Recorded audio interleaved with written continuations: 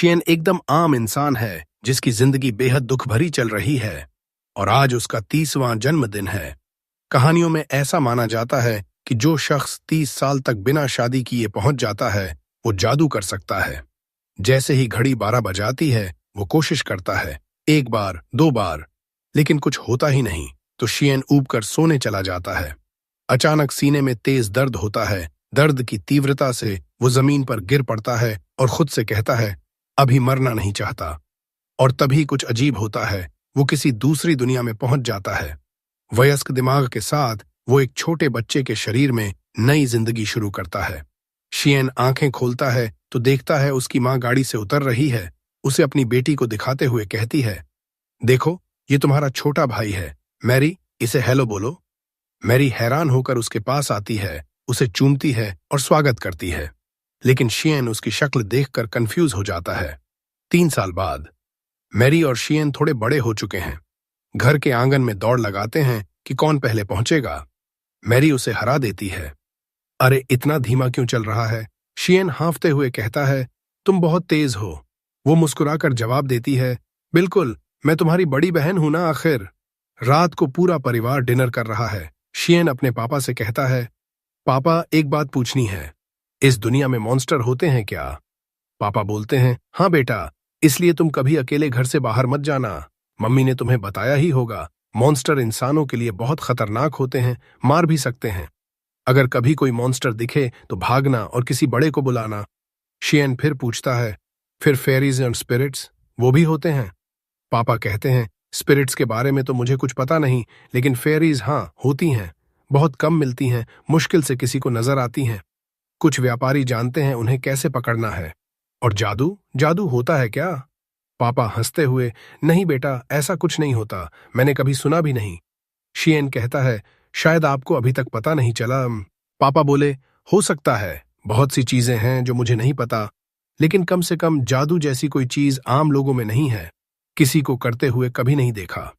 फिर पूछते हैं, तूने फेरीज और जादू के बारे में कहाँ सुना? लेकिन शियन जवाब नहीं देता। उसी पल से वो जादू की बात फिर कभी नहीं करता। 3 साल बाद मैरी घर के सामने कॉम्बैट ट्रेनिंग कर रही है। शियन किताब पढ़ते हुए उसे देख रहा है। थककर मैरी उसके पास आकर बैठ जाती है। वो पूछता है, तुम इतनी मेहनत क्यों करती हो कॉम्बैट की? वो जवाब देती है, क्योंकि मैं तुम्हारी बड़ी बहन हूं, मुझे हर खतरे के लिए तैयार रहना है, मॉन्स्टर हो या कोई और। अगर कोई क्रिमिनल तुम पर हमला करे तो मुझे लड़ना आएगा। मुझे मजबूत होना है ताकि मैं तुम्हें बचा सकूं। सूरज ढलते ढलते मैरी अपनी दोस्त रोज के साथ झील पर ट्रेनिंग करने जाती है। रोज कहती है, पूरे दिन ट्रेनिंग की, अभी भी थकी नहीं लग रही। अचानक झील से अजीब सी रोशनी निकलती है। मैरी हैरान होकर बोलती है, ये क्या है? और उसे याद आता है शियन ने पापा से जादू की बात की थी। अगले दिन मैरी शियन को लेकर झील पर जाती है। शियन कहता है, मम्मी ने मना किया था दूर जाने से। मैरी बोली, अरे टेंशन मत ले, ज्यादा दूर नहीं है और यहाँ मॉन्स्टर भी नहीं होते।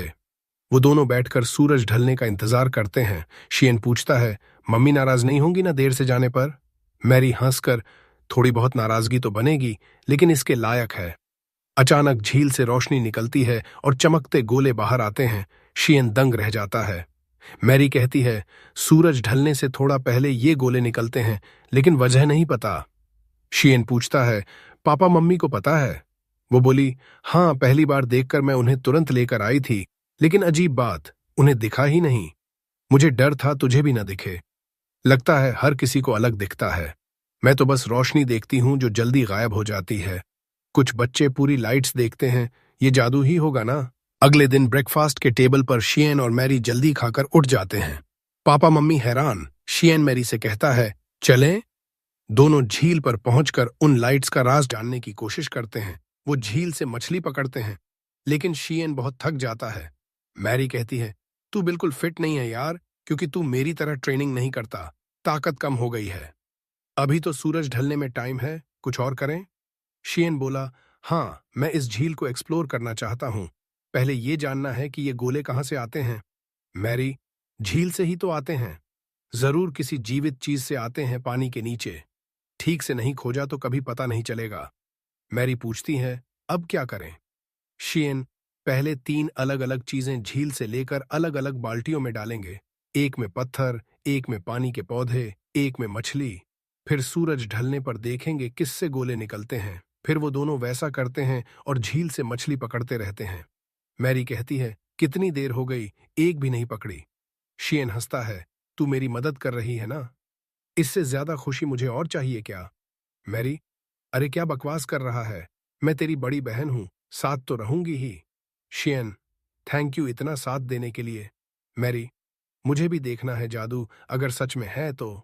अचानक मैरी को एक मछली पकड़ आती है।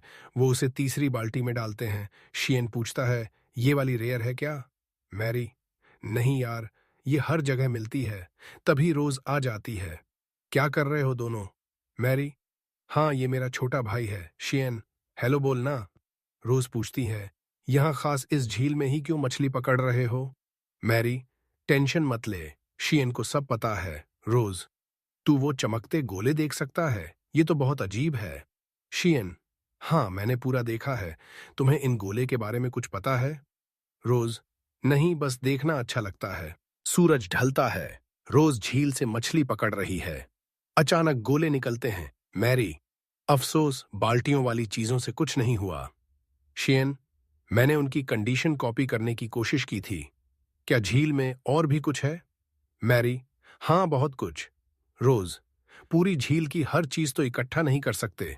शियन, सही कहा। वो कपड़े उतारता है और झील में उतरने का फैसला करता है।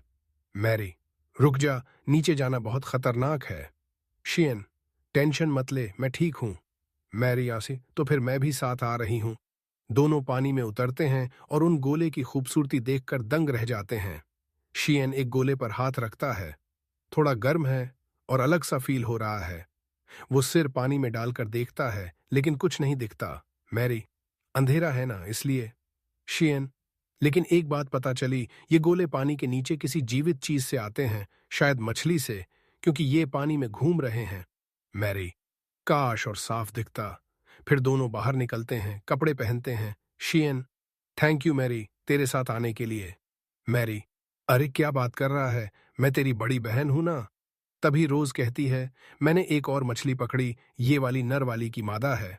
मैरी, अरे मादा पकड़ना यहाँ बहुत रेयर है। आमतौर पर गहरे पानी में रहती हैं, लेकिन मेटिंग सीजन है तो ऊपर आ गई होंगी। वे दोनों मछलियों को एक बाल्टी में डालते हैं। अचानक बाल्टी से चमकते गोले निकलने लगते हैं। तीनों दंग। शियन, अब समझ आया, ये मछलियों का कोर्टशिप बिहेवियर है, ये गोले उसी का रिजल्ट हैं। अगले दिन शियन मैरी को थैंक यू बोलकर गले लगाता है। अचानक शियन चमकने लगता है। दोनों हैरान। शियन, ये जादुई एनर्जी हो सकती है, ये कोर्टशिप बिहेवियर है। लगता है जितनी बार मैं अपनी फीलिंग्स दिखाऊंगा उतना ज्यादा चमकूंगा। मैरी डर कर भाग जाती है।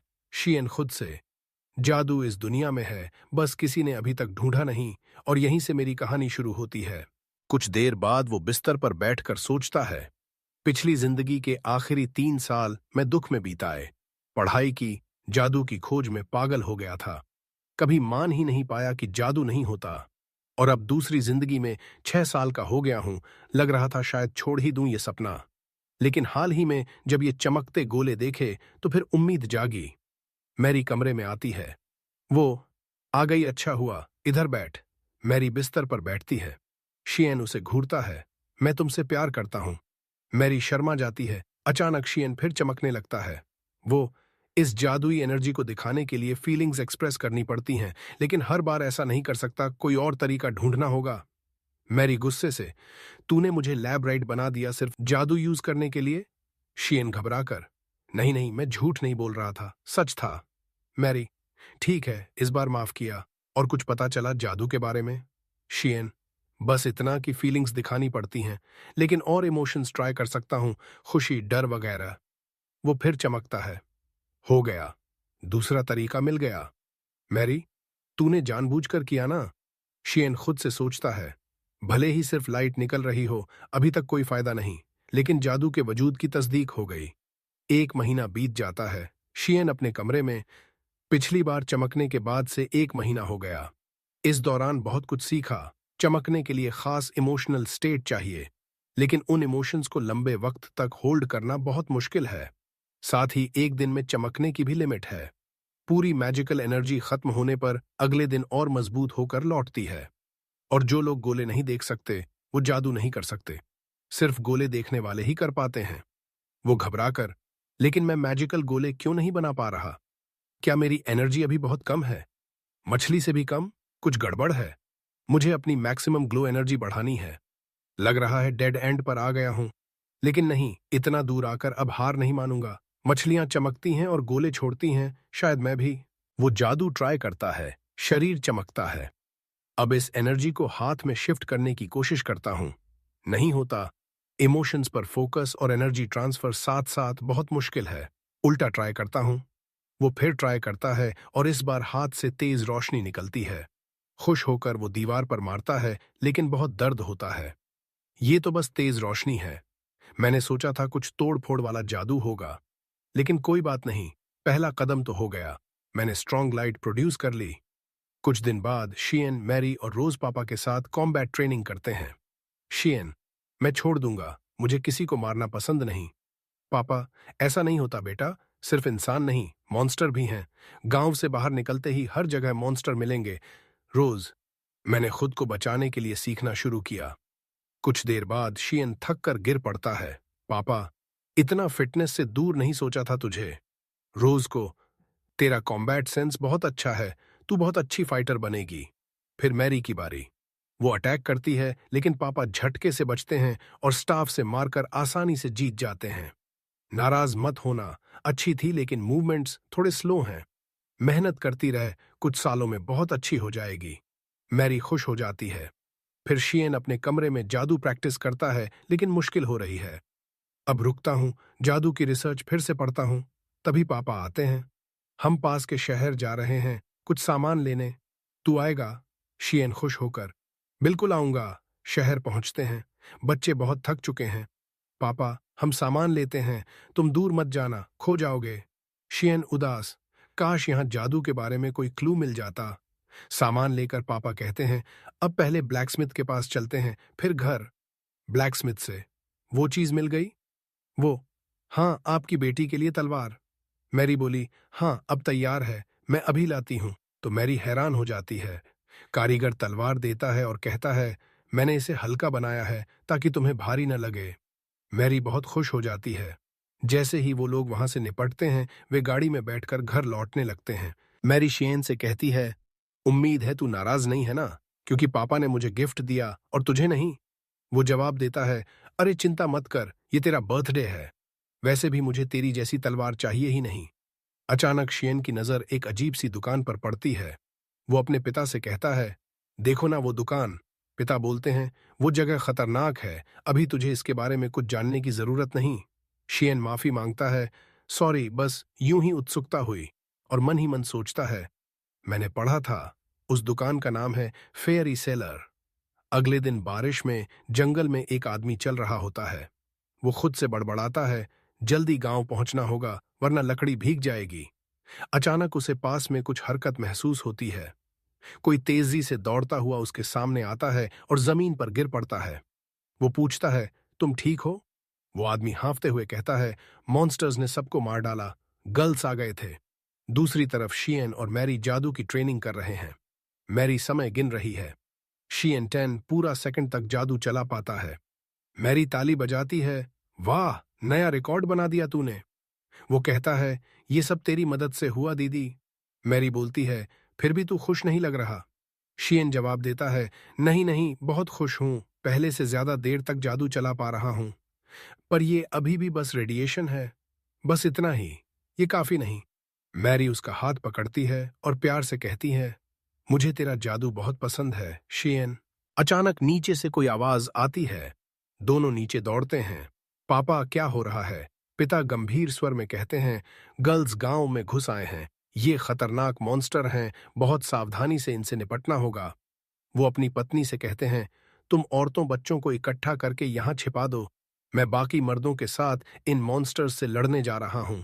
मैरी शियन का हाथ मजबूती से पकड़ती है, टेंशन मत ले, मैं हूं ना तेरी रक्षा करने के लिए।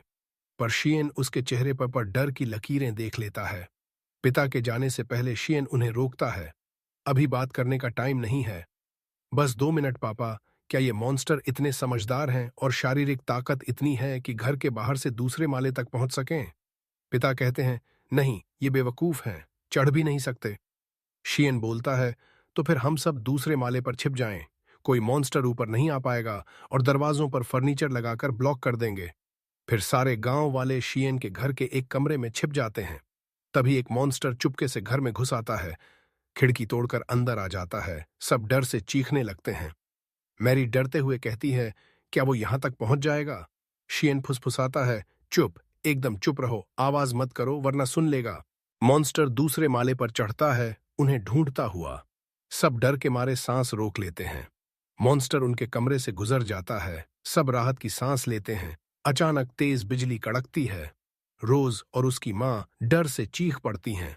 मॉन्स्टर आवाज सुनकर मुड़ता है। कमरे का दरवाजा पूरी ताकत से तोड़कर अंदर घुस आता है। शियन की मां बच्चों को बचाने के लिए आगे बढ़ती हैं। प्लीज, बच्चों को मत मारो। वो संतुलन खोकर गिर पड़ती हैं। मॉन्स्टर उनकी तरफ देखकर हंसता है। शियन मन में सोचता है, अजीब है, ये मॉन्स्टर समझ रहा है कि वो हमसे कहीं ज्यादा ताकतवर है। मैरी तलवार निकालती है, अब मैं तुझे मार डालूंगी। शियन चिल्लाता है, पीछे हट, जल्दी। मैरी कहती है, नहीं, मैंने वादा किया था, मैं तुझे बचाऊंगी। पर मॉन्स्टर एक झटके में तलवार छीन लेता है और फेंक देता है। मैरी सदमे में जमीन पर गिर जाती है। मॉन्स्टर फिर से उस पर वार करने वाला होता है। तभी मां बीच में आ जाती हैं और वार खुद झेल लेती हैं। गहरी चोट लगती है। शियन मन में चीखता है, अब मुझे कुछ करना होगा, नहीं तो मां और दीदी मर जाएंगी। वो तेजी से मॉन्स्टर पर झपटता है, उसकी बांह पकड़ता है, सारी जादुई ताकत इकट्ठी करता है और भयंकर गर्मी पैदा कर देता है। मॉन्स्टर दर्द से चीखता है, उसे फेंक देता है। शियन फिर झपटता है, मॉन्स्टर के सिर पर हाथ रखता है और जला जलाकर मार डालता है। वो अपने हाथ को देखता है, अविश्वास में, मैंने सच में मार डाला इसे? पर सब उससे डर गए हैं। रोज दौड़कर उसका हाथ पकड़ती है। हम जिंदा हैं तेरी वजह से। शियन मुस्कुराता है और घायल मां के पास जाता है। मैरी अपनी मां की चोट देखकर घबरा जाती है, पैनिक में है। शियन और रोज उसे शांत करने की कोशिश करते हैं। रोज कहती है, मैं मैरी को संभालती हूं, तू मां को देख। शियन मां को छूता है, टेम्परेचर बहुत कम है, बहुत खून बह गया है, ब्लीडिंग रोकनी होगी, लेकिन जमीन पर नहीं कर सकता, पहले बेड पर ले चलते हैं। गांव की औरतें सदमे में खड़ी हैं। शियन कहता है, किसी को मेडिसिन आती है? सब कहती हैं, नहीं। वो मन में सोचता है, हाँ, छोटा गांव है, कैसे आएगी? पिछली जिंदगी में टीवी पर देखा था, स्टिच करके ब्लीडिंग रोकते हैं। वो पूछता है, किसी को सिलाई आती है? एक औरत कहती है, हाँ, लेकिन क्या करना है? शियन कहता है, जल्दी, मां के बेडरूम में सिलाई का सामान है, मजबूत शराब और साफ कपड़ा भी चाहिए, टाइम कम है। सामान लाते ही शियन मां के कपड़े का टुकड़ा काटता है। जख्म जितना गहरा लग रहा था उतना नहीं है। फिर उस औरत से कहता है, स्टिच कर दो। वो हैरान, क्या, क्यों? शियन सोचता है, इस जमाने में स्टिचिंग आम नहीं है क्या? फिर बोलता है, जख्म ऐसे खुला नहीं छोड़ सकते, सिलकर बंद करना होगा। वो डरते हुए कहती है, सिर्फ तो मैं और चोट नहीं दे सकती। शियन गिड़गिड़ाता है, प्लीज, बस मेरी बात मान लो। वो मैरी का डरा हुआ चेहरा देखकर हिम्मत करती है और स्टिचिंग शुरू करती है। काम खत्म होने पर शियन कहता है, थैंक यू। वो बोलती है, बस अब ठीक हो जाएंगी ना? शियन कहता है, कुछ देर निगरानी रखनी होगी, पर हाँ, ठीक हो जाएंगी। मैरी रोते हुए शियन से लिपट जाती है। तभी पापा घर लौटते हैं। पता चलता है कि उन्होंने जंगल में 2 मॉन्स्टर मारे, पर और के निशान देखकर जल्दी गांव लौट आए। अगले दिन डॉक्टर शियन की मां की जांच करता है और उन्हें बताता है कि घाव गहरा था, लेकिन सौभाग्य से हड्डियों या अंगों तक नहीं पहुंचा। उसे बस बिस्तर पर थोड़ा आराम चाहिए और वह ठीक हो जाएगी। तो शियन की मां उसे धन्यवाद देती है और डॉक्टर के जाने के बाद मैरी रोते हुए अपनी मां के पास जाती है और उसे बताती है, मुझे माफ कर दो, कल जो कुछ भी हुआ वह मेरी वजह से था। तो उसकी मां उसका हाथ पकड़ती है और उसे बताती है, यह तुम्हारी गलती नहीं है मैरी, तुम बहादुर थीं और तुमने हमारी रक्षा करने की कोशिश की, इसलिए तुम्हें अपने आप पर गर्व होना चाहिए। तो मैरी अपने आंसू पोंछती है। उसके बाद पिता मैरी की उपस्थिति में शियन से मिलते हैं और उसे बताते हैं, गांव वालों ने मुझे बताया कि क्या हुआ और तुमने अपनी मां पर जो इलाज किया उसके बारे में भी। तुमने ये सब कैसे किया और तुम्हें यह मेडिकल नॉलेज कहां से मिली? तो शियन खुद से कहता है, क्योंकि मैं एक जापानीज आदमी हूं और अपने पिछले जीवन में 30 साल का था, लेकिन मैं यह नहीं कह सकता। और अपने पिता से कहता है, मुझे भी वजह नहीं पता। तो उसके पिता जवाब देते हैं, तो मैं सवाल बदल देता हूं, तुमने मॉन्स्टर को कैसे हराया? मैंने उस पर जलने के निशान देखे, वह मैजिक था, है ना? तो शियन हैरान हो जाता है और उनसे कहता है, आपको कैसे पता? तो वह जवाब देते हैं, क्योंकि तुम्हारा व्यवहार एडल्ट्स जैसा है और क्योंकि तुमने मुझसे एक बार खाते समय कुछ अजीब बात की थी। तो शियन उन्हें बताता है, तो क्या आप मुझ पर विश्वास करेंगे अगर मैं आपको बताऊं? तो पिता जवाब देते हैं, मुझे अपने बच्चों पर विश्वास करना होगा। मैरी उत्सुकता से कहती है, वह मैजिक रिसर्च में मेहनत से काम कर रहा था। तो पिता गुस्सा हो जाते हैं और उसे बताते हैं, तुम एडल्ट की तरह व्यवहार करते हो, लेकिन मुझे उम्मीद नहीं थी कि तुम इतना अजीब व्यवहार करोगे। लोगों के सामने इस मैजिक के बारे में बात मत करो। अगर किसी को पता चल गया कि तुम क्या कर रहे हो तो मुसीबतें हो सकती हैं। तो शियन जवाब देता है, आपका मतलब है कि जो कोई भी अलग है उसे पर्सिक्यूट किया जाएगा? तो वह जवाब देते हैं, हाँ, इस दुनिया में कुछ चीजें हैं जो तुम नहीं कर सकते। अपनी मैजिक की रिसर्च बंद कर दो शियन, क्योंकि यह एक खतरनाक शक्ति है। मैरी विरोध करती है और अपने पिता से कहती है, लेकिन शियन ने इस रिसर्च तक पहुंचने में लंबा समय लगाया। मेरी माँ और मैं अभी भी शियन की वजह से जीवित हैं। आप यह भी नहीं जानते कि यह खतरनाक है या नहीं। तो वह जवाब देते हैं, तब तक यह जानना बहुत देर हो चुकी होगी। एक शक्ति जो मॉन्स्टर्स को मार सकती है, यह कैसे खतरनाक नहीं हो सकती? शियन उन्हें बताता है, मैं अपनी रिसर्च जारी रखूंगा। मैं समझता हूं कि आप मुझे प्रोटेक्ट करने की कोशिश कर रहे हैं, लेकिन अगर मैं अपनी रिसर्च बंद कर दूं तो मैं दुखी हो जाऊंगा। यह सिर्फ आपके लिए एक खतरनाक शक्ति है, लेकिन मेरे लिए यह मेरे सपनों की शक्ति है। तो पिता उसे बताते हैं, तुम अभी भी छोटे हो और तुम इस दुनिया के बारे में अपने छोटे दिमाग से सोचते हो, लेकिन यह सोच तब बदल जाएगी जब तुम बड़े हो जाओगे। तो शियन जवाब देता है, यह कभी नहीं बदलेगा, और अगर मेरा अस्तित्व सभी पर बोझ बन जाता है तो आप मुझे डिसोन कर सकते हैं। तो पिता उसे बताते हैं, तुम इस हद तक अपनी रिसर्च जारी रखना चाहते हो, तुम्हें उपहास का सामना करना पड़ सकता है या कोई तुम्हें स्वीकार नहीं कर सकता। क्या तुम इन सब के बावजूद जारी रखोगे? तो शियन जवाब देता है, हाँ, मैं जारी रखूंगा। तो पिता कुर्सी पर बैठ जाते हैं और उसे बताते हैं, तुम अपनी रिसर्च जारी रख सकते हो, लेकिन अब से तुम्हें मुझे हर चीज बतानी होगी जो तुम खोजते हो। अगर मामला खतरनाक है तो मैं तुम्हें रोक दूंगा और मैं इस मैजिक का इस्तेमाल करने में तुम्हारी मदद भी करूंगा। तो शियन खुशी से रोता है। उसके बाद वे घर के बगीचे में जाते हैं ताकि शियन मैजिक पर ट्रेन कर सके। तो पिता शियन के लिए कुछ लकड़ियां जलाते हैं और मैरी उनसे पूछती है कि तुम वास्तव में क्या करना चाहते हो? तो वह जवाब देता है, मैं मैजिक की पूरी शक्ति का इस्तेमाल करके कुछ करने की कोशिश करना चाहता था। और वह अपना मैजिक इस्तेमाल करना शुरू करता है और अपना हाथ आग पर रखता है और अचानक आग चमकने लगती है और शियन का हाथ जलने लगता है। तो पिता पानी की बाल्टी पकड़ते हैं और उस पर फेंक देते हैं। तो मैरी भ्रम में उससे पूछती है, जब तुमने ऐसा किया तो तुम क्या सोच रहे थे? तो वह जवाब देता है, मैंने इस कार्रवाई की बदौलत कुछ नया सीखा। मैं जानना चाहता था कि क्या होगा अगर कोई जिसके पास मैजिक है वह गर्मी जैसी प्राकृतिक ऊर्जा के उच्च स्तर के साथ बातचीत करता है। और नतीजा वैसा ही है जैसा तुमने देखा, आग चमकने लगी और वह नीली भी हो गई। पिता कहते हैं, मैं मैजिकल एनर्जी नहीं देख सकता, लेकिन मैंने जो देखा उसके बाद मुझे तुम पर विश्वास करना होगा। तुम सच में सच बोल रहे थे। तो शियन खुद को मैजिक इस्तेमाल करते हुए इमेजिन करता है। तो पिता पूछते हैं कि शियन का चेहरा ऐसा क्यों लग रहा है? तो मैरी जवाब देती है कि जब भी वह मैजिक में कुछ नया खोजता है तो वह ऐसा ही दिखता है। उसकी चिंता मत करो। अगले दिन शियन फिर से मैजिक ट्रेन करने की तैयारी करता है और अपने पिता से कहता है कि मैं अब तैयार हूं। जैसे ही मेरा हाथ जलने लगे, जल्दी से मुझ पर पानी फेंक दो। और वह मैजिक यूज करता है और अपना हाथ आग में रखता है और यह जल्दी से जलने लगता है। तो पिता उस पर पानी फेंकते हैं। तो शियन कहता है, तापमान या लौ के रंग में कोई बदलाव नहीं है, हमें आग को थोड़ा बढ़ाने की जरूरत है। तो पिता इसे बढ़ाने जाते हैं। तो शियन फिर से अपना हाथ आग में रखने की कोशिश करता है, लेकिन यह बिना किसी नए बदलाव के जलने लगता है। तो शियन कहता है, मैं मैजिकल एनर्जी को थोड़ा कम करने की कोशिश करूंगा। और वह तब तक कोशिश करता रहता है जब तक वह थक नहीं जाता। पिता उसे बताते हैं, थोड़ा आराम करो और फिर हम फिर से जारी रखेंगे। तो शियन कुछ आराम करने जाता है और अचानक रोज प्रवेश करती है और उसे बताती है कि तुम पूरी तरह से भीगे हुए लग रहे हो।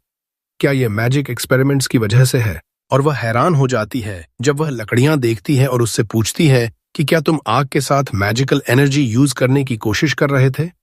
तो वह जवाब देता है, हाँ, मैं तुम्हें बाद में दिखाऊंगा जब डैड आएंगे, क्योंकि वह पसंद नहीं करते कि मैं मैजिक यूज करूं जब वह आसपास न हो, ताकि अगर कुछ खतरनाक हो जाए तो वह मुझे जल्दी से बचा सकें। रोज हैरान हो जाती है और उसे बताती है कि तुमने अपने पिता से मैजिक के बारे में बात की। तो वह जवाब देता है, हाँ, उन्होंने मेरी मदद भी करनी शुरू कर दी है। वह मुझसे ज्यादा इसमें रुचि रखते हैं। उस दिन जब मॉन्स्टर ने हम पर अटैक किया था तो तुमने मेरे साथ जो किया उसके लिए धन्यवाद। तो वह उसे बताती है, तुम्हारा क्या मतलब है? तो वह जवाब देता है, मॉन्स्टर को मारने के बाद तुमने मेरी तारीफ की और उससे मुझे बहुत खुशी मिली। तो वह जवाब देती है, इसकी कोई जरूरत नहीं है, मुझे ही तुम्हें धन्यवाद देना चाहिए क्योंकि तुमने हमें बचाया। और वैसे मैरी कहाँ है? वह हमेशा तुम्हारे बगल में होती है। तो वे दूसरी तरफ देखते हैं और मैरी को बहुत मेहनत से कॉम्बैट में ट्रेनिंग करते हुए पाते हैं। तो रोज उसे बताती है कि वह शायद 2 दिन पहले जो हुआ उसकी वजह से ट्रेनिंग कर रही है। तो वह जवाब देता है, शायद, लेकिन मुझे लगता है कि वह ठीक हो जाएगी। तो रोज जवाब देती है, तुम्हें उसके साथ खड़े रहना चाहिए, जैसे वह तुम्हारे साथ करती है, वह भी यही चाहती है।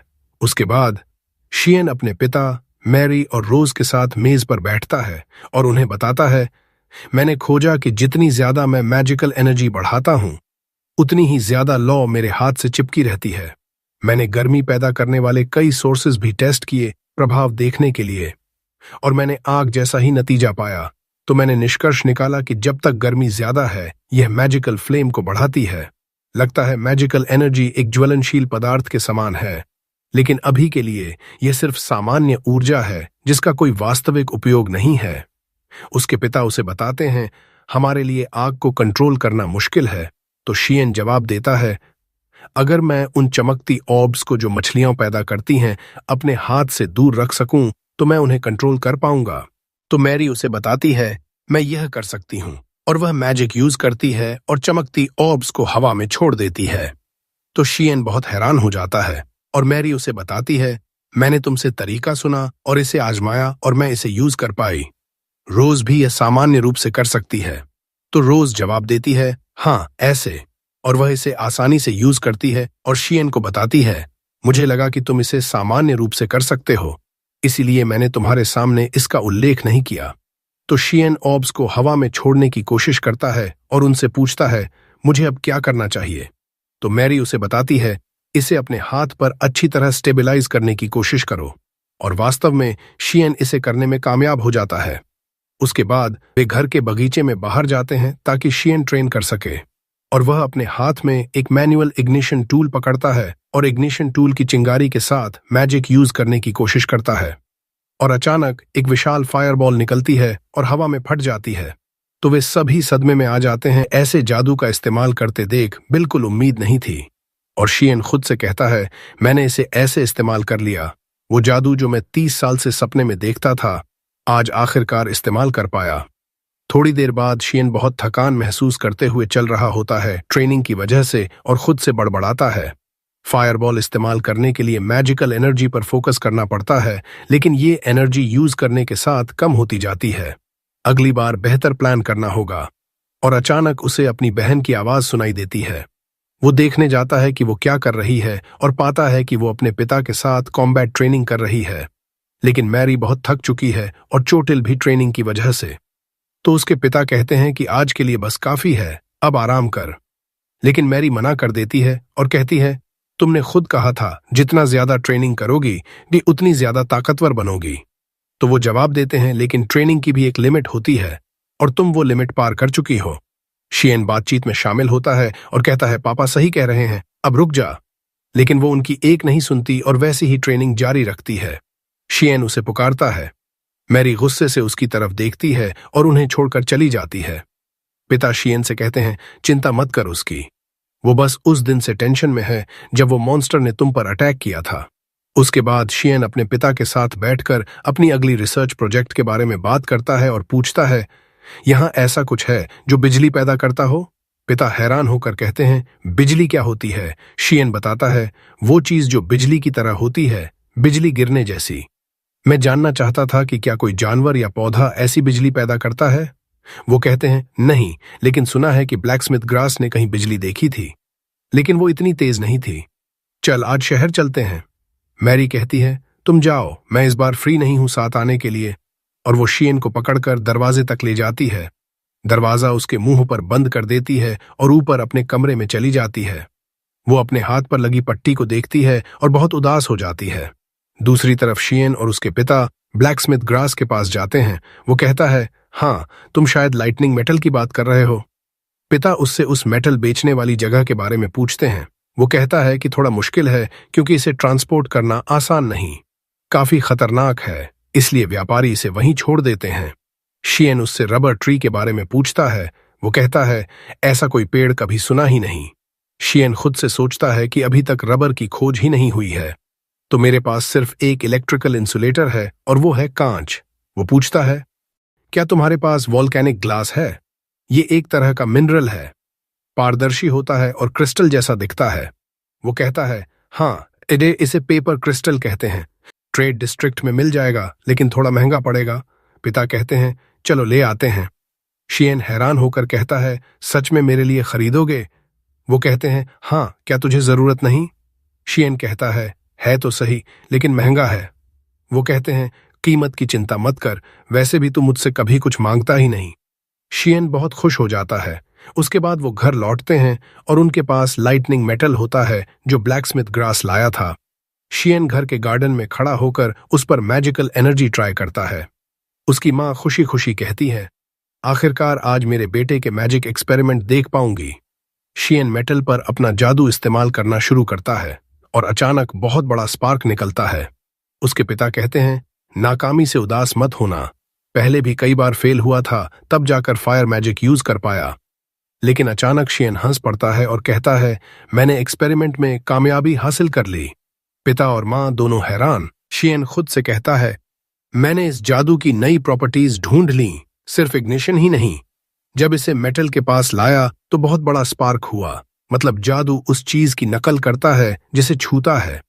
इस तरह मैं वो सारे जादू यूज कर पाऊंगा जो मैं चाहता हूं। उसके बाद शियन अपने कमरे में बैठकर सोचता है इसे कैसे इलेक्ट्रिक करंट में बदलूं और हाथ से इलेक्ट्रिक शॉक की तरह छोड़ूं। मैं जादू को और आजाद इस्तेमाल करना चाहता हूं। समझ गया, अब इसे गोलाकार रखने की जरूरत नहीं। और वो अपनी मैजिक का शेप बदलने की कोशिश करता है और सच में वो उसे अलग अलग फॉर्म में बदल पाता है और कहता है मैं फिश मैजिक की कॉपी करने में लगा था, लेकिन मुझे और फ्लेक्सिबल होना चाहिए और नई चीजें ट्राई करनी चाहिए। वो मैरी के कमरे में जाता है ये खोज बताने, लेकिन वो वहां नहीं मिलती। बिस्तर पर उसकी पट्टियां पड़ी दिखती हैं। वो बाहर निकलकर उसे ढूंढता है, हर जगह पुकारता है और झील के पास उसे कॉम्बैट ट्रेनिंग करते पाता है। मैरी पूछती है तू यहाँ क्या कर रहा है? वो कहता है तू हमेशा मुझे जादू यूज करने पर हौसला देती थी, लेकिन मैंने तुझे कभी ध्यान नहीं दिया। वो कहती है मैंने खुद से पूछा कि तू मेरी मदद क्यों नहीं करता। मैं बस जलन महसूस कर रही थी। मैं तेरी बड़ी बहन हूं, हमेशा तुझे प्रोटेक्ट करना मेरा फर्ज है, इसलिए मैं हमेशा तुझे हौसला देती थी और कॉम्बैट ट्रेनिंग में भी जान लगा दी तुझे बचाने के लिए। लेकिन जिस दिन मॉन्स्टर ने अटैक किया मैं कुछ कर नहीं पाई, बहुत डर गई थी और अगर तूने मुझे नहीं बचाया होता तो मैं मर जाती। खुद से बहुत गुस्सा था कि कुछ कर नहीं पाई। मुझे तुझे प्रोटेक्ट करना था, तुझे नहीं करना था, और मैं ये बर्दाश्त नहीं कर पाई। शियन पूछता है तो अब तू मुझसे नफरत करती है? वो कहती है बिल्कुल नहीं, तू मेरा छोटा भाई है, मैं तुझे हमेशा बहुत प्यार करूंगी, बस खुद को माफ नहीं कर पा रही, और अब तक तेरी ताकत से जलन होती है क्योंकि मैं तेरे सामने कमजोर हूं। मैरी जमीन पर बैठ जाती है और कहती है इसीलिए मैं और ताकतवर बनने की कोशिश कर रही थी। जब बन जाऊंगी तो मेरा कॉन्फिडेंस वापस आएगा और मैं अब से ज्यादा बहादुर बन जाऊंगी। शियन उसके पास जाता है, उसे गले लगाता है और कहता है मुझे इन फीलिंग्स का अंदाजा ही नहीं था, मैं तेरे साथ हर वक्त नहीं था, सॉरी मैरी। अगले दिन शियन घर के गार्डन में एक्सपेरिमेंट करने खड़ा होता है और मैजिक यूज करके मैजिक स्फीयर को बहुत बड़ा कर देता है, लेकिन पता चलता है कि इससे मैजिक पतला हो जाता है और एनर्जी फायर मैजिक एक्टिवेट करने के लिए काफी नहीं रहती। वो साइज कम करके इग्निशन टूल यूज करता है और सच में फायर मैजिक यूज कर पाता है। खुद से कहता है एनर्जी को कंडेंस करने से फ्लेम में नोटिसेबल बढ़ोतरी हुई। वो लाइटनिंग मेटल पर और एक्सपेरिमेंट करता है, छोटी एनर्जी यूज करता है तो हल्का स्पार्क निकलता है। ज्यादा एनर्जी यूज करता है तो अचानक स्पार्क्स इतने फैल जाते हैं कि शियन जमीन पर गिर पड़ता है। मैरी और रोज उसके पास भागती हैं। वो कहता है, चिंता मत करो, मैं ठीक हूं। रोज पूछती है, बिजली वापस तुझ पर ही क्यों आई? क्या आगे नहीं जानी चाहिए थी? वो कहता है, हाँ वैसा ही होना चाहिए था, लेकिन पता नहीं क्या हुआ। अजीब है कि लाइटनिंग मैजिकल एनर्जी के सोर्स की तरफ खींचती है और खुद से सोचता है, लगता है मैं कुछ नया डिस्कवर करने के बहुत करीब हूं, लेकिन अभी पहुंच नहीं पाया। शायद इस जादू की कोई लिमिट ही नहीं। और अचानक उसके पिता और ब्लैकस्मिथ ग्रास आ जाते हैं। वो घर में आकर बात करते हैं। पिता कहते हैं कि ग्रास ने तेरे प्लान का इस्तेमाल करके खुद के लिए लाइटनिंग मेटल ट्रांसपोर्ट करवाया और उसे प्रॉफिटेबल बिजनेस में बदलना चाहता था। ग्रास कहता है, मैंने बिना परमिशन के तेरे आइडिया से बड़ी दौलत कमाने की सोची, माफ कर दो। वो कहते हैं, कोई बात नहीं, ये नॉर्मल है। ग्रास हैरान होकर कहता है, लेकिन मैंने तो तेरे आइडिया को चुराकर अपना फायदा उठाया। पिता कहते हैं, असली प्रॉब्लम वो नहीं है। ग्रास उन्हें अपने वेयर हाउस ले जाता है जो लाइटनिंग मेटल से भरा पड़ा है। कहता है, ये मेटल लाइटिंग के लिए सूटेबल नहीं क्योंकि थोड़ा खतरनाक है। लोग सिर्फ नयापन होने की वजह से खरीद रहे थे, लेकिन थोड़े दिनों में लोग इसे वापस लौटाने लगे और पैसे वापस मांगने लगे क्योंकि ये बहुत चटक चटक आवाज करता था। मैं बस एक रिक्वेस्ट कर रहा हूं, मुझे जल्दी से इसे बेचने का कोई तरीका चाहिए क्योंकि 3 दिन में वेयर हाउस का किराया नहीं दे पाऊंगा। तुम जरूर कुछ कर सकते हो ना? शियन कहता है, कोशिश करूंगा, लेकिन मेरे पास अभी कोई प्लान नहीं, मुझ पर भरोसा मत करना। वैसे ये मेटल्स इतनी दूर दूर क्यों रखे हैं? ग्रास 2 मेटल्स को पास लाता है। अचानक बहुत तेज अट्रैक्शन होता है, तेज रोशनी और बिजली निकलती है।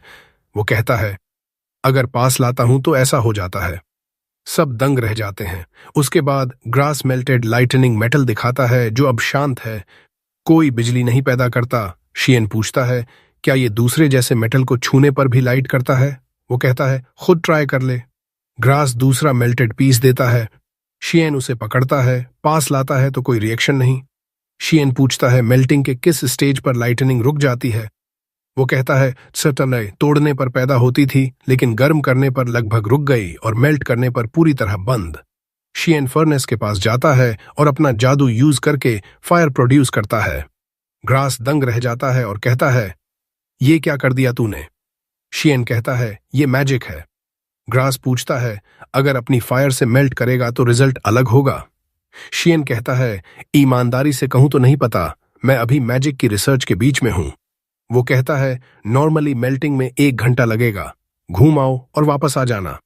शियन मना करता है, नहीं, मैं खुद देखना चाहता हूं एक्सपेरिमेंट। ग्रास मेटल्स मेल्ट करके लाता है और पास लाता है तो अचानक बहुत तेज इलेक्ट्रिकल स्पार्क्स निकलते हैं। शियन बहुत खुश हो जाता है और सब उसकी तारीफ में ताली बजाते हैं। शियन कहता है, हम इस मेटल से प्रोडक्ट्स बना सकते हैं और लोगों को बेच सकते हैं। उसी पल से इन प्रोडक्ट्स की मैन्युफैक्चरिंग तेजी से शुरू हो जाती है। ब्लैकस्मिथ ग्रास 3 दिन बिना आराम के काम करता है। आखिरकार वो लाइटनिंग लैंप बनाते हैं जो नॉर्मल लैंप से बेहतर है और कभी खत्म नहीं होता। साथ ही एक और प्रोडक्ट बनाते हैं, लाइटर, जो लकड़ी को नॉर्मल से तेज जलाता है। ग्रास शियन को शुक्रिया कहता है। माँ कहती हैं, क्या ख्याल है काम खत्म करके लंच करने घर चलें? फैमिली घर लौटती है और ग्रास उन्हें अलविदा कहता है। मैरी पूछती है, तूने ये प्रोडक्ट्स कैसे बनाए? वो बताता है, मैं जो भी सोचता था उसे मैजिक से बनाने की कोशिश करता था और सच में कर पाया। साथ ही लोग इन प्रोडक्ट्स से बहुत खुश हुए और सारा स्टॉक बहुत जल्दी बिक गया। घर लौटकर वो गार्डन में जाता है, एक मोमबत्ती लेकर रोज और मैरी को साथ बुलाता है। वो पूछते हैं, आज क्या ट्राई करेगा? वो कहता है, ये मोमबत्ती ऑक्सीजन की वजह से जलती रहती है, लेकिन अगर मैं इस कप को इसके ऊपर रख दूं तो बुझ जाएगी क्योंकि ऑक्सीजन अलग हो जाएगा। रोज कहती है, ये तो नॉर्मल लैंप बुझाने का ही तरीका है। वो कहता है, बिल्कुल, लेकिन मैं यही एक्सपेरिमेंट अपनी फायर मैजिक से करूंगा और ऑक्सीजन अलग करूंगा। मैरी कहती है, मुझे लगता है नहीं बुझेगी। रोज कहती है, नहीं, मुझे लगता है बुझ जाएगी। शियन ट्राई करता है, मैजिक से मोमबत्ती जलाता है और ऑक्सीजन अलग करता है। कप हटाने पर मोमबत्ती नहीं बुझती, जलती रहती है। मैरी खुश हो जाती है कि वो रोज को हरा दिया। शियन खुद से सोचता है, साफ है कि मैजिक को ऑक्सीजन की जरूरत नहीं, मतलब मैजिकल एनर्जी बाहर के फैक्टर्स से प्रभावित नहीं होती। अब पता चल गया कि फायर मैजिक नॉर्मल फायर से अलग है, लेकिन फिर भी एक्सपेरिमेंट करना चाहता हूं। वो खड़ा होता है, फायर मैजिक को स्फीयर में रिलीज करता है और मैरी से कहता है मैजिकल एनर्जी फेंक। अचानक बहुत बड़ा धमाका होता है और सब जमीन पर गिर जाते हैं। शियन फटाफट मैरी को चेक करता है। रोज पूछती है, क्या तुझे पता था ऐसा होगा? वो कहता है, नहीं, बिल्कुल उम्मीद नहीं थी, सोचा था सिर्फ फायरबॉल बड़ा हो जाएगा। शियन के दिमाग में आइडिया आता है। वो लाइटनिंग मेटल के पास जाता है और कहता है, ये मैजिकल एनर्जी नहीं है। रोज और मैरी हैरान। वो कहता है, ये बस हवा और मैजिक की रिएक्शन है। पहली बार मेटल पर ट्राई किया था तो हवा से बहुत रेसिस्टेंस लगा था, मतलब मैजिकल एनर्जी ईंधन का काम करती है जैसे हवा। सूरज ढलते वक्त शियन और एक्सपेरिमेंट करता है ग्रास के लिए इंसुलेटिंग ग्लव्स पहनकर। ग्रास कहता है, ये मैंने तेरे लिए बनाए हैं, बिजली से बचाने वाले और हीट से हाई रेसिस्टेंट। शियन एक्सपेरिमेंट शुरू करता है, लाइटनिंग और फायर के साथ मैजिकल एनर्जी यूज करता है। रिजल्ट में जबरदस्त धमाके होते हैं। शियन चिल्लाता है, मैं कामयाब हो गया, और खुशी से रोने लगता है। मैरी दौड़कर उसे गले लगा लेती है। अगले दिन शियन रोज और मैरी के साथ गार्डन में ट्रेनिंग करता है। खत्म होने पर वो दोनों को थैंक यू कहता है। मैरी कहती है, ये तो नॉर्मल है, मैं तेरी बड़ी बहन हूं। शियन अतीत याद करता है और घर के अंदर चलते हुए अचानक पिता की आवाज सुनता है कि हमने शियन को गोद लिया था। वो प्रेजेंट में वापस आता है और खुद से कहता है, मेरी बहन और मैं खून से रिश्तेदार नहीं हैं। उसके बाद वो लोग झील पर जाते हैं ताकि शियन वाटर मैजिक ट्राई कर सके। वो ट्राई करता है लेकिन कुछ नहीं होता। वो पूछते हैं, तू कर क्या रहा है? वो बताता है, पिछले एक्सपेरिमेंट में पता चला कि मैजिकल एनर्जी को आसमान में रिलीज करने पर वो हवा जैसी प्रॉपर्टीज ले लेती है। तो अगर पानी में यूज करूं तो क्या वो पानी जैसी प्रॉपर्टीज लेगी या नहीं? तरीका बदलना पड़ेगा। वो फिर ट्राई करता है और इस बार पानी ऊपर उठ जाता है। थोड़ी देर बाद शियन झील से बाहर आता है और खुद से कहता है, अच्छा हुआ वाटर मैजिक का पता चल गया। वो रोज और मैरी से कहता है, अब देखो क्या करता हूं। हवा से पानी इकट्ठा करने की कोशिश करता है लेकिन फेल हो जाता है। खुद से कहता है, शायद कम एनर्जी यूज की, ज्यादा एनर्जी से ट्राई करता हूं। फिर ट्राई करता है और सच में हाथ में पानी की छोटी गेंद बन जाती है। मैरी हैरान होकर उसके पास जाती है, उसे कसकर पकड़ती है और पूछती है, ये वाटर स्फीयर कहां से लाया? शियन उन्हें बताता है कि कैसे कंट्रोल किया। मैरी और रोज भी उसे कॉपी करने की कोशिश करती हैं और सच में वो दोनों वाटर मैजिक यूज कर लेती हैं। बहुत खुश हो जाते हैं। उसके बाद तीनों ग्रास के साथ शहर की तरफ निकलते हैं, खास तौर पर मॉन्स्टर स्लेइंग गिल्ड में। ग्रास उन्हें बताता है, सबसे पहले गिल्ड मेंबर बनने के लिए रजिस्टर करना पड़ता है, लेकिन पक्का है ना तुम लोग ज्वाइन करना चाहते हो? मैरी जवाब देती है, अगर अब भी भाग गई तो कभी खुद पर भरोसा नहीं कर पाऊंगी। शियन ग्रास से कहता है, ये बात हमारे बीच ही रहनी चाहिए, पापा को मत बताना। वे गिल्ड के रिसेप्शन एरिया में घुसते हैं। ग्रास खुद को इंट्रोड्यूस करता है और कर्मचारी से कहता है, मैं एक प्लेन फाइटर हूं, इन 3 बच्चों को रजिस्टर करवाना है। तभी अचानक उनके पीछे से पापा आ जाते हैं। वो कर्मचारी से कहते हैं, मैं डायमंड रैंक फाइटर हूं और इनका सपोर्ट करूंगा। सब हैरान रह जाते हैं। जगह जगह से आवाजें आने लगती हैं, ये रैंक तो बहुत ऊंचा है, हमने कभी देखा ही नहीं। फिर चारों गिल्ड से बाहर निकलते हैं और पापा से माफी मांगते हैं क्योंकि बिना बताए गए थे। पापा कहते हैं, मुझे पता था तुम लोग यहां आओगे। सब चौंक जाते हैं। आपको कैसे पता? पापा बताते हैं, पिछले कुछ दिनों से मैरी का व्यवहार अजीब था, मैं समझ गया था कि कुछ प्लान कर रहे हो। इतना खतरनाक काम बिना मुझे बताए कैसे कर सकते हो? अगली बार ऐसा कुछ भी करो तो तुरंत मुझे बताना। हाई रैंक फाइटर साथ होगा तो तुम सुरक्षित रहोगे, मॉन्स्टर से भिड़ने जाओगे तो मैं भी साथ चलूंगा। सबकी आंखें चमक उठती हैं। फिर वे उस जगह पहुंचते हैं जहां मॉन्स्टर होते हैं। पापा लड़ाई शुरू करते हैं। मॉन्स्टर पूरी ताकत से उन पर झपटते हैं, लेकिन पापा बहुत सफाई से ब्लॉक करते हैं और सबको मार गिराते हैं। फिर कहते हैं, मैंने तो बस इनकी संख्या कम की है, ये फिर आएंगे, तब मैं तुम्हें छोड़ दूंगा। ये गॉब्लिन जितने मजबूत नहीं हैं, तुम्हारे पहले लड़ने के लिए बिल्कुल सही हैं। मैरी और रोज आगे रहोगी, शियन तुम पीछे।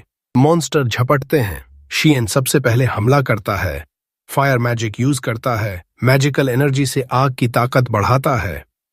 एक जबरदस्त धमाका होता है, बहुत सारे मॉन्स्टर उड़ जाते हैं। दूसरा मॉन्स्टर उस पर झपटता है। शियन कहता है, अभी मैजिक दोबारा नहीं यूज कर पाऊंगा। मॉन्स्टर उसे मारने वाला होता है। तभी आखिरी पल में मैरी पहुंचती है। तीनों मिलकर मॉन्स्टर पर टूट पड़ते हैं। लड़ाई खत्म होने के बाद शियन अपनी बहन को धन्यवाद देता है। मैरी कहती है, धन्यवाद की क्या जरूरत, मैं तेरी बड़ी बहन हूं, तुझे बचाना मेरा फर्ज है। अब मुझे खुद पर थोड़ा भरोसा आ रहा है। पापा उनकी तारीफ करते हैं और कहते हैं, अभी वक्त नहीं है, अगले स्टेज पर चलते हैं, जितना हो सके एक्सपीरियंस लेना है। सब हैरान, दूसरी लड़ाई के बाद तीनों थक कर चूर हो चुके होते हैं। पापा कहते हैं, मैं ग्रास के साथ लूट इकट्ठा करने जाता हूं, तुम लोग आराम करो। तीनों पेड़ के नीचे बैठते हैं। शियन को एक बड़ा सा टेंट दिखता है, वो उन्हें लेकर वहां जाता है। मैरी कहती है, यहां से आगे नहीं जाना चाहिए, लेकिन शियन अंदर चला जाता है। अंदर से एक अजीब सी रोशनी आ रही होती है। वो देखता है, एक पिंजरे में एक परी कैद है। मैरी पूछती है, ये मॉन्स्टर से अलग है ना? शियन हाथ बढ़ाता है, परी डरकर पीछे हट जाती है। तीनों मिलकर पिंजरे का दरवाजा खोलते हैं। परी तेजी से बाहर उड़ती है। उसकी खूबसूरती देखकर तीनों दंग रह जाते हैं। रात को घर लौटते हैं। माँ बच्चों की हालत देखकर हैरान, बच्चे घायल हैं, पापा माँ के सामने घबराए हुए हैं। माँ गुस्से में बच्चों से पूछती हैं, ये क्या हो गया? मैरी और शियन डर जाते हैं, फिर बैठकर सारी बात बताते हैं। माँ कहती हैं, मुझे शुरू से पता था ये मॉन्स्टर हंटिंग का प्लान है, तुम्हारे पापा ने मुझे सब बता दिया था। शियन पूछता है, तो फिर आपने उन्हें इतना डांटा क्यों? माँ कहती हैं, इसीलिए कि ऐसे घायल होकर लौटना नॉर्मल नहीं है। तुम्हारे पापा ने मौका देखकर जितने हो सके मॉन्स्टर से लड़वाए। ये तुम्हारा पहला अनुभव होना था, लेकिन उन्होंने तुम्हें रिस्क पर डाल दिया, इसलिए गुस्सा आया। गलत मत समझना। जब तक किसी को नुकसान नहीं पहुंचा रहे, जो चाहो करो। बस एक गुजारिश है, खुद का ख्याल रखना। दोनों माफी मांगते हैं। 2 साल बाद बैटलफील्ड पर शियन एक गॉब्लिन के सामने खड़ा है, वही जैसा घर पर आया था। वो स्टॉर्म मैजिक यूज करता है, मॉन्स्टर को तूफान में फंसाकर दूर फेंक देता है, बहुत आसानी से हरा देता है। मन ही मन कहता है, ये स्पेल मैंने हाल ही में बनाया है, लेकिन यूज करने में बहुत वक्त लगता है। वैसे इसका फंक्शन अटैक नहीं है। मैरी बुलाती है, शियन रोज के साथ आती है। पूछती है, सारे मॉन्स्टर खत्म कर दिए? वो कहता है, हाँ। मन में सोचता है, हमने कॉम्बैट ट्रेनिंग शुरू किए 2 साल हो गए। मैरी खुश होकर कहती है, तूने 20 गॉब्लिन अकेले खत्म कर दिए। फिर शहर के मार्केट जाते हैं। शियन सोचता है, पिछले 2 सालों में मैं बस देखकर लोगों की मैजिकल एनर्जी लेवल समझने लगा हूं। सबसे ज्यादा एनर्जी रोज और मैरी में है। मार्केट में बहुत सारे फाइटर गिल्ड ज्वाइन कर रहे हैं। मैरी हैरान। रोज कहती है, सुना है गॉब्लिन की संख्या बहुत बढ़ गई है और शहर के करीब आ गए हैं। मैरी कहती है, चलो ग्रास के पास ब्लैकस्मिथ शॉप चलें। तीनों जाते हैं। ग्रास गर्मजोशी से स्वागत करता है। शियन पूछता है, आज फिर लाइटनिंग मेटल पिघलाने वाले हो? ग्रास कहता है, नहीं, बस हो गया, वैसे तेरे लिए ग्लव्स बना दिए। शियन हैरान, अभी तो मैंने मांगा था। फिर शुक्रिया अदा करता है। ग्रास कहता है, तू बहुत जल्दी खत्म कर देता है इन्हें, लेकिन ये तेरी मैच्योरिटी की निशानी है। बता, मेरे और तेरे पापा के बिना लड़ाई कैसे चल रही है? मैरी कहती है, हम सिल्वर रैंक के करीब पहुंच गए हैं। ग्रास दंग, तेरे उम्र में किसी ने ये रैंक हासिल नहीं किया होगा। घर लौटकर पापा के साथ कॉम्बैट ट्रेनिंग। शियन पापा को हरा देता है। फिर मैरी की बारी। वो जोश में लड़ती है, लेकिन हार जाती है। दुखी होकर जमीन पर बैठ जाती है। मैं कभी नहीं हरा पाऊंगी तुझे। शियन हर बार जीत जाता है। पापा कहते हैं, जल्दी मत कर, अभी बहुत वक्त है, तू जरूर एक दिन मुझे हरा देगी। मैरी अकेले ट्रेनिंग करने चली जाती है। शियन पापा से पूछता है। पापा कहते हैं, उस उम्र में उसकी तलवार की स्किल कमाल की है। फिर शियन और मैरी रोज के खेत पर जाते हैं। रोज कहती है, सॉरी यार, मैंने बुलाया मदद के लिए, लेकिन वर्कर कम पड़ गए। शियन पूछता है, अब क्या करें? रोज कहती है, ये पेस्ट हटाने में मदद कर दो, फसल बर्बाद कर रहे हैं। लेकिन मैरी को इनसे डर लगता है। फिर भी सब मिलकर पकड़ते हैं। मैरी बहुत कम पकड़ पाती है। दोनों हंसते हैं। काम खत्म होने पर मैरी कहती है, अगले साल कंपटीशन करेंगे, देखना इस बार मैं जीतूंगी। अचानक आसमान में बादल छा जाते हैं। अजीब रोशनी निकलने लगती है। सब हैरान। शियन कहता है, अभी तो आसमान बिल्कुल साफ था। बारिश शुरू हो जाती है। रोज कहती हैं, चलो मेरे घर में आ जाओ, तूफान रुकेगा तब तक। तभी मैरी बेहोश हो जाती है। शियन और रोज घबराकर उसे उठाते हैं, रोज के घर ले जाते हैं। पापा माँ भी घबराए हुए दौड़ कर आते हैं। माँ रोते हुए मैरी के पास जाती है। अचानक मैरी आंखें खोलती है, लेकिन कोई रिएक्शन नहीं, कुछ बोलती नहीं। रोज कहती है, शायद लेथार्जी डिजीज हो गई है। पापा पूछते हैं, वो जो हाल में शहर में फैल रही है? रोज कहती है, हाँ, मार्केट में अफवाह सुनाई दी थी। अचानक लोग गिर पड़ते हैं, हिलते डुलते नहीं, होश में होते हैं लेकिन बोल नहीं पाते, सुस्ती जैसी हालत, इसलिए नाम लेथार्जी डिजीज पड़ा। माँ पूछती हैं, कोई ठीक होता है क्या? रोज कहती हैं, मेरे पता में तो नहीं हुआ, किसी को रिकवर होते नहीं सुना, कारण भी पता नहीं। माँ और ज्यादा रोने लगती हैं। पापा कहते हैं, अभी डॉक्टर के पास चलना होगा, मैं मैरी को लेकर जाता हूँ। शियन, तू माँ के साथ घर जा। शियन मना करता है, मैं भी चलूंगा। पापा कहते हैं, नहीं चलेगा, इस वक्त खतरनाक मॉन्स्टर निकल आते हैं, रास्ते में कुछ भी हो सकता है। शियन कहता है, आप अकेले मैरी की प्रोटेक्शन नहीं कर पाओगे। मैं बच्चा हूं लेकिन मॉन्स्टर से लड़ सकता हूं। आखिरकार पापा मान जाते हैं, गाड़ी में बैठकर शहर की तरफ तेजी से निकलते हैं। पापा कहते हैं, मैरी का ख्याल रखना। शियन पूछता है, वो लाल रोशनी आसमान में क्या है? पापा कहते हैं, मुझे कुछ नहीं दिख रहा। शियन समझ जाता है कुछ गड़बड़ है। अचानक भेड़ियों का झुंड हमला कर देता है। शियन कहता है, आप चलते रहो, मैं इन्हें संभालता हूं। वो ग्लव्स पहनता है। मन में सोचता है, बारिश में फायर या लाइटनिंग मैजिक नहीं चलेगा, सिर्फ वाटर और एयर मैजिक।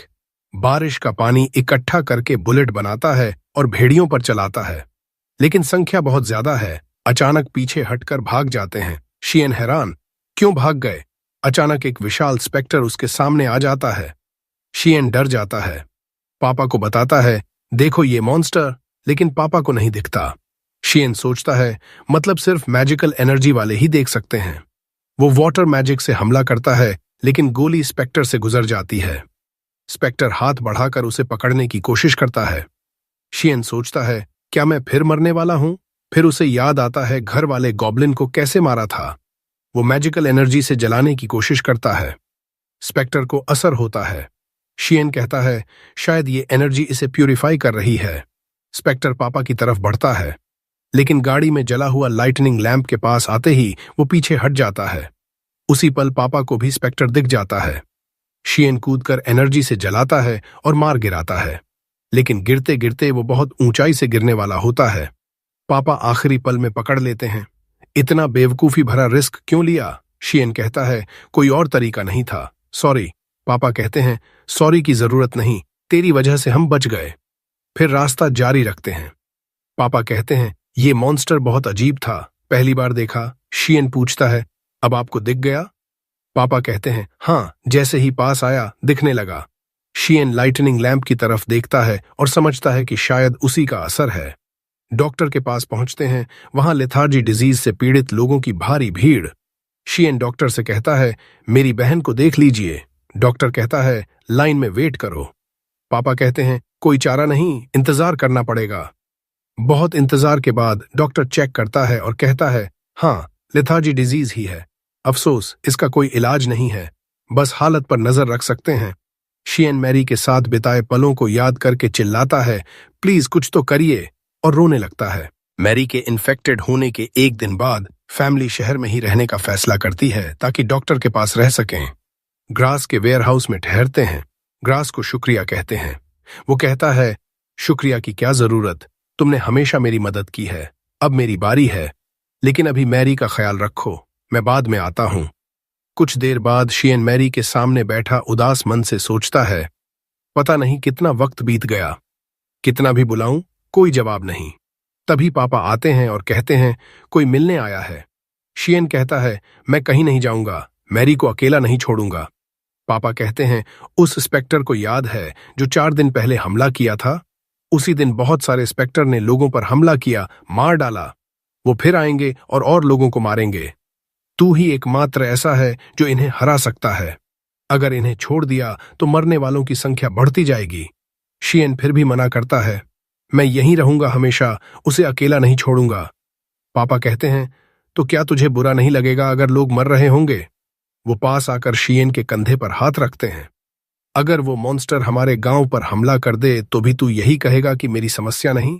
शियन गुस्से में उन्हें धक्का देता है और चिल्लाता है, मुझे किसी को बचाने की कोई जिम्मेदारी नहीं। मैं क्यों करूं? मैं बस अपनी बहन के साथ रहना चाहता हूं। तुम्हें उसकी चिंता नहीं है क्या? पापा कहते हैं, मुझे तुझसे कहीं ज्यादा चिंता है। वो मेरी बेटी है, मैं नहीं चाहता वो मरे। मैं तो उसे बचाने के लिए खुद मरने को तैयार हूं, लेकिन अभी मेरे पास कोई और रास्ता नहीं है। तू बहुत सारे लोगों की जान बचा सकता है। शियन मैरी के साथ बिताए लम्हों को याद करता है। आखिरकार फैसला करता है। वो मैरी के सामने खड़ा हो जाता है। पापा उसकी इस अदा से हैरान, लेकिन तभी शियन को कुछ गड़बड़ लगती है।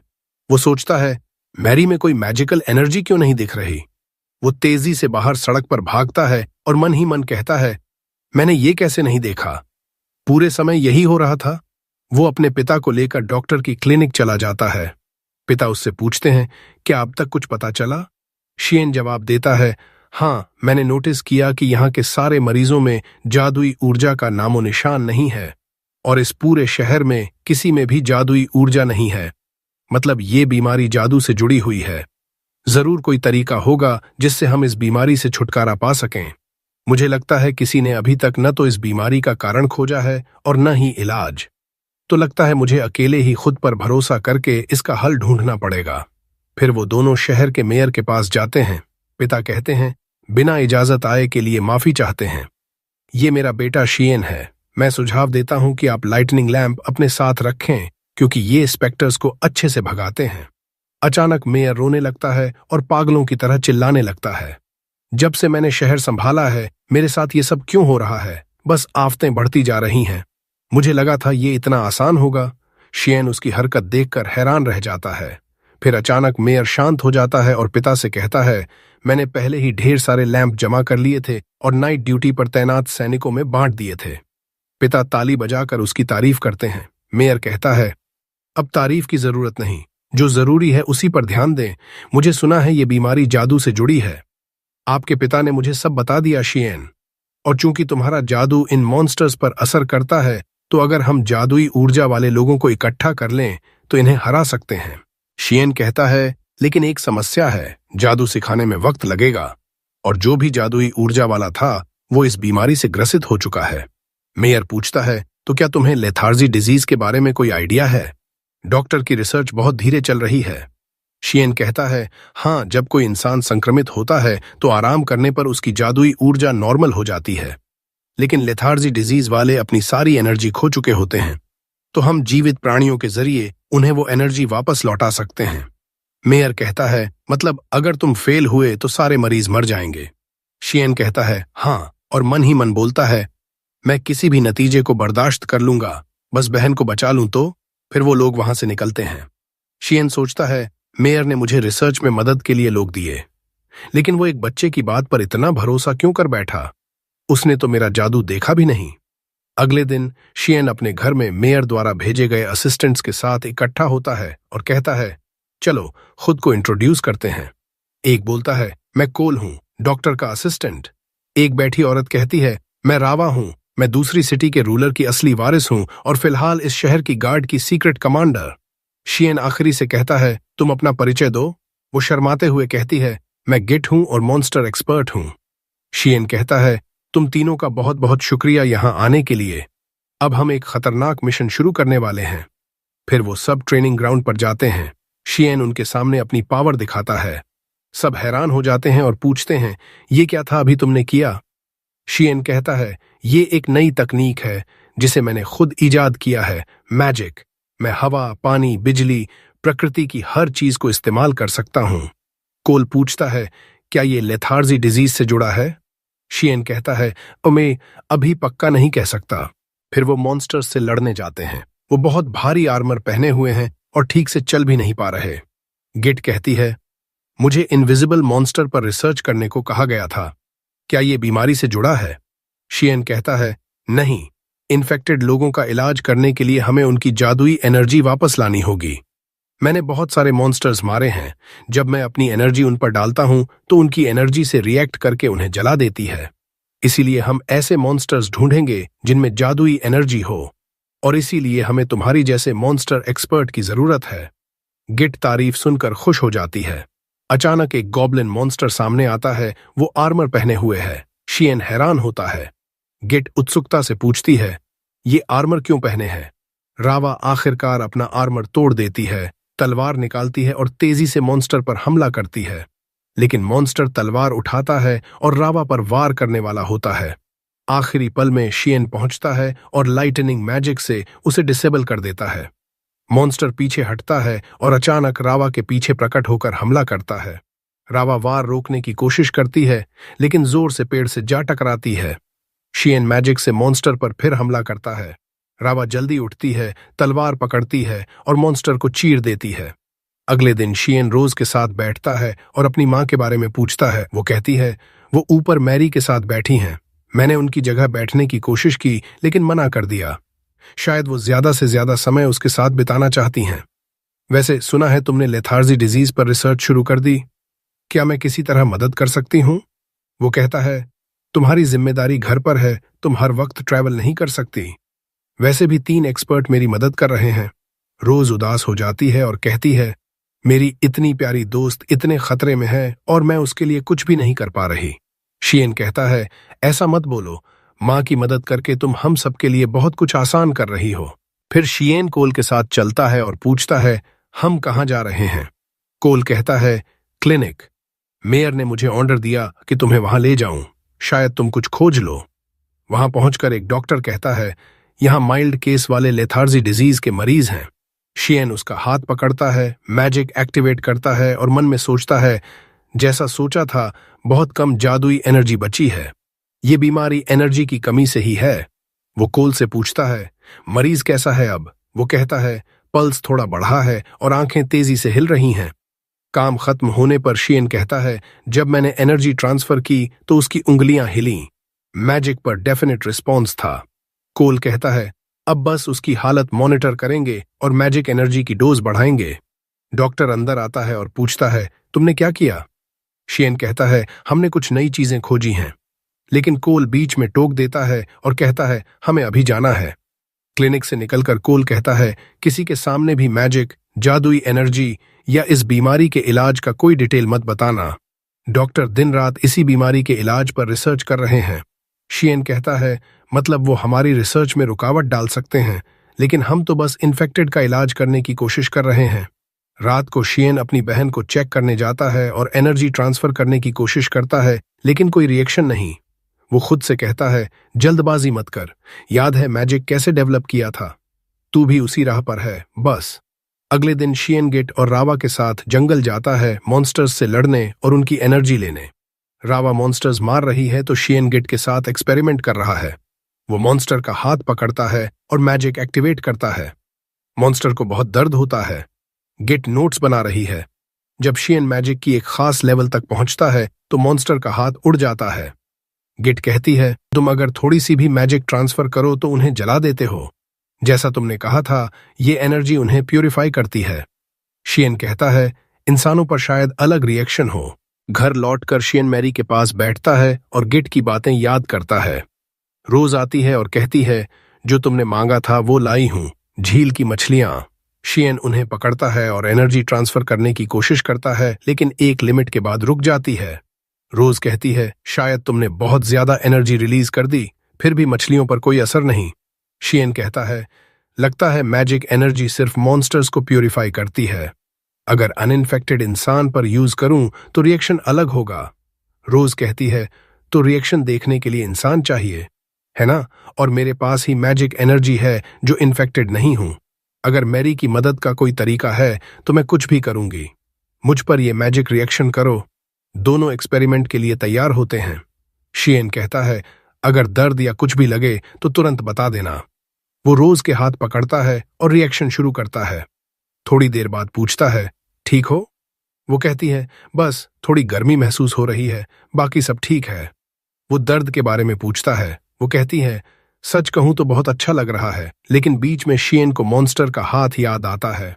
वो डर जाता है और रिएक्शन रोक देता है। रोज फिर हाथ पकड़ती है और कहती है, जारी रखो, बिल्कुल मत घबराओ। शियन फिर शुरू करता है। एक पॉइंट पर वो मैजिक रोक देता है। रोज पूछती है, ये तुम्हारी मैक्सिमम एनर्जी थी? वो कहता है, लगभग इंटरैक्शन टाइम थोड़ा बढ़ाना पड़ेगा। 1 महीना बीत जाता है। गार्ड्स लाइटनिंग लैंप छोड़ देते हैं। शियन अपने तीनों असिस्टेंट्स के साथ खड़ा होता है और कहता है, पिछली बार स्पेक्टर्स दिखे हुए 1 महीना हो गया।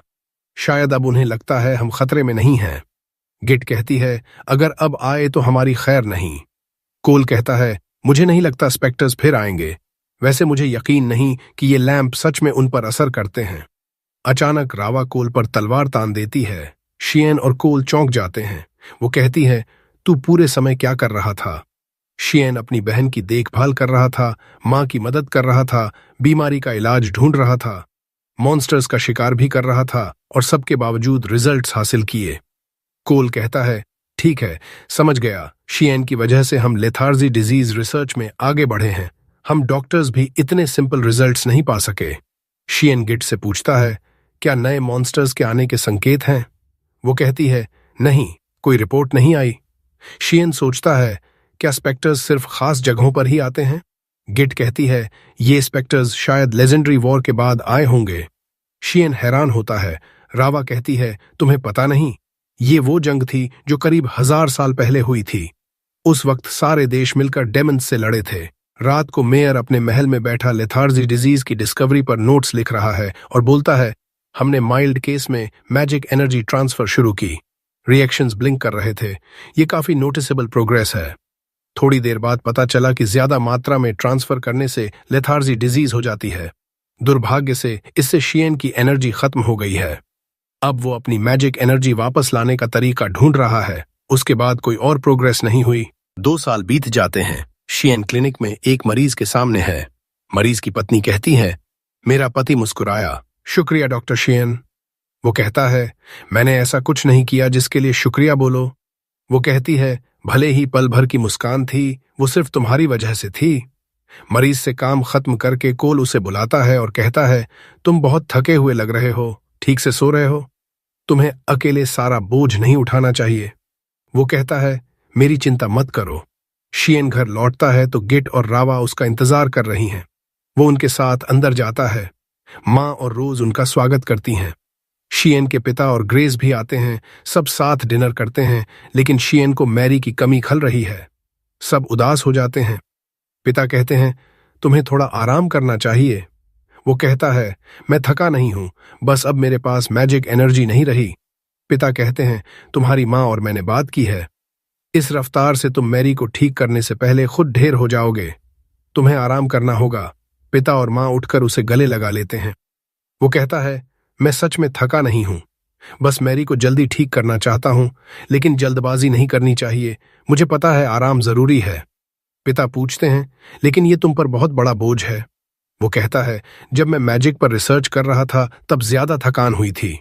मैंने खुद ढूंढा और डेवलप किया, लेकिन लेथार्जी डिजीज की रिसर्च थकाने वाली नहीं है। मैं इसे पूरी जिंदगी भी करूंगा तो चलेगा।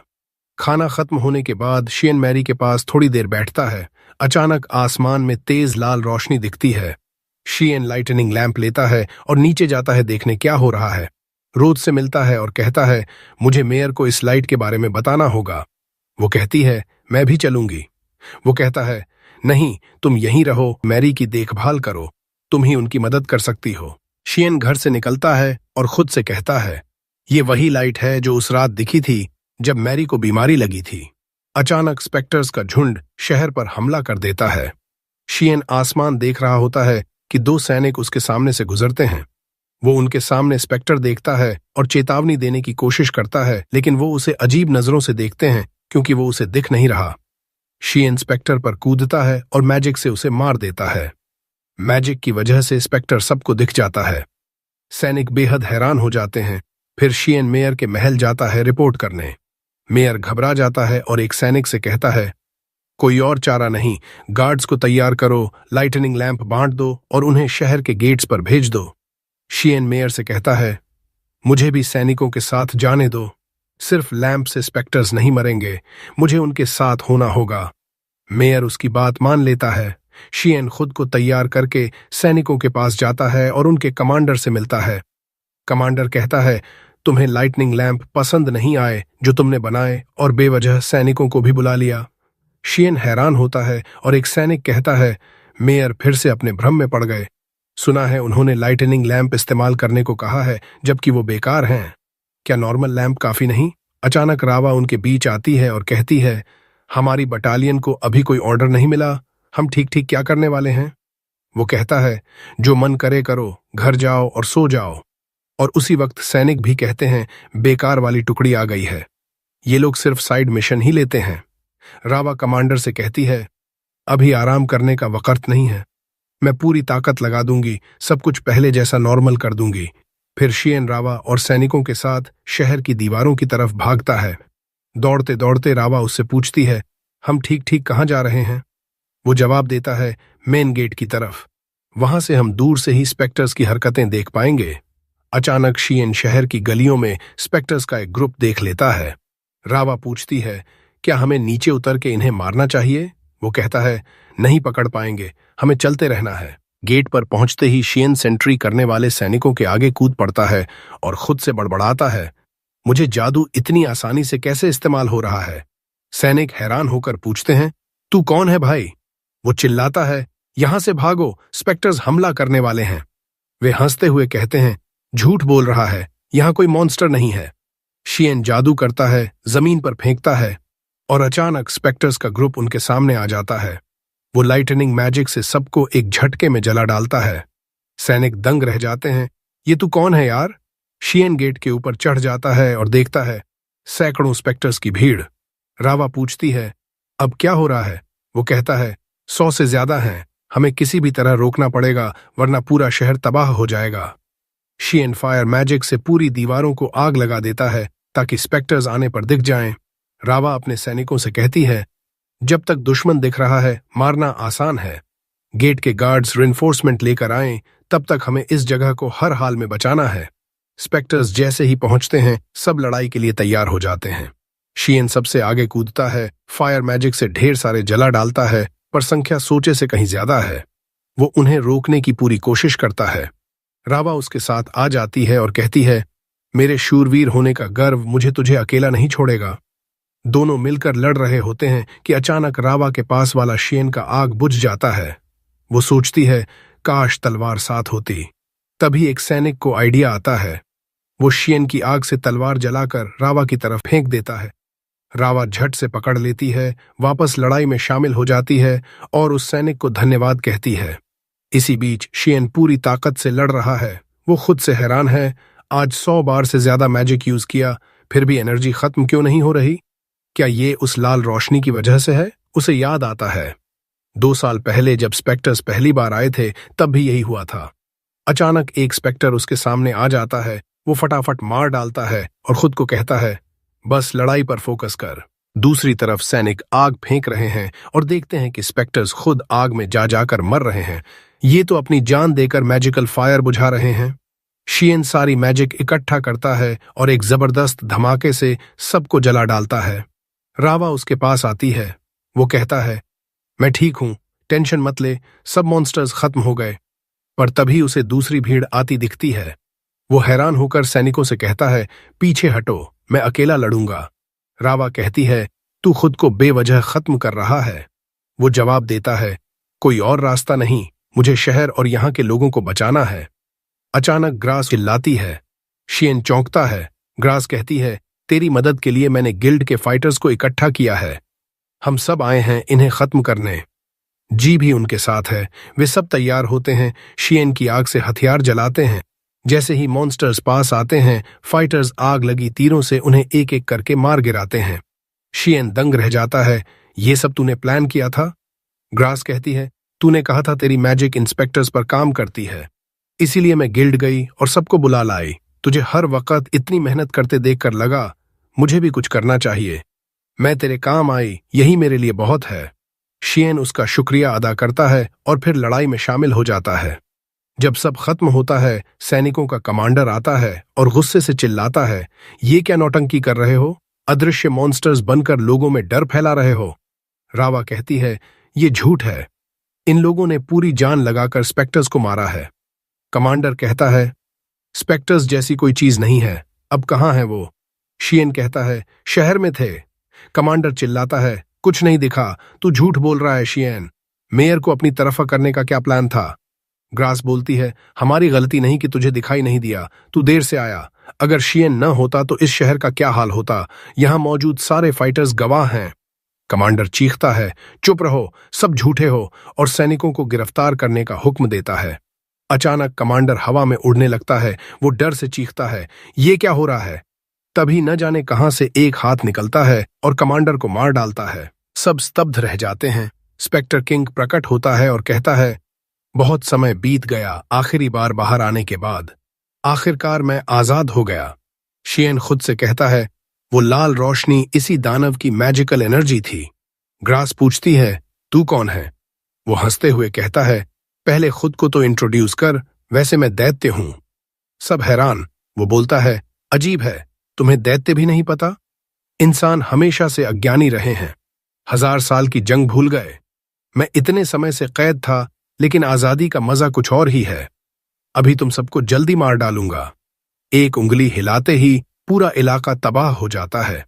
शियन उड़कर ग्रास और बाकियों को आखिरी पल में बचा लेता है और कूद जाता है, पर धमाके की ताकत से वो भी दूर जा गिरता है। जमीन पर गिरकर उठते ही वो रावा और गिट से कहता है, शहर के लोगों को निकालो यहां से। रावा पूछती है, तू क्या करेगा? वो कहता है, मुझे उससे भिड़ना है। उसकी मैजिकल एनर्जी मेरी से 100 गुना ज्यादा है। कोई उसके सामने नहीं टिक सकता। मैंने सब गलत समझा। स्पेक्टर्स का हमला इसी दानव के आने का संकेत था। असली जंग अब शुरू होगी। ग्रास पूछती है, वो कौन था जो अचानक आया? शियन कहता है, पता नहीं, लेकिन उसके आसपास की एनर्जी मेरी से 100 गुना ज्यादा है।